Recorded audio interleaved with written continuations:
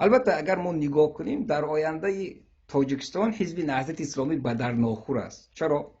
خب دیگه اگر ما یک جامعه لیبرالی یا جامعه سکولاریزم یا کلا اگر هم یک جامعه دموکراتیکی واقعا در اسناد قانون عمل کند، قانون که کفالت دیندارای دهد، اگر چی لازم دیگه یک حزب اسلامی یا حزب دینی در تاجیکستان ما حزب نهضت اسلامی به چی درد میخورد؟ چرا دفاع میکنه؟ سانسور کردن یا اعدام کردن دفاع میکنه. به همین خاطر این نهضت اسلام علیه رسالتش که ها تمام شد و کارهایی که اینها کردن فقط برای ملت تاجیک از خوجگانشون گرفتند و چیکار کردن؟ ضربه زدن.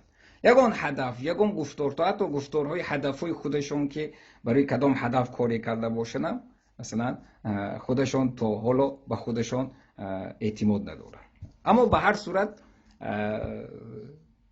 این واقعا حقیقت تلخی هست که حزب نهضت اسلامی همیشه خواجه داشت و امروز لافی زدن لازم نیست که ما خواجه نداریم، ما کمک نمیگیریم. بله، شما هیچ وقت مستقل نبودید. آدمی که خودش مستقل نیست چگونه میتواند به دیگرها مستقلیت بیارد؟ آدمی که خودش آزاده نیست چگونه میتونه دیگرها با آزادی بیارد؟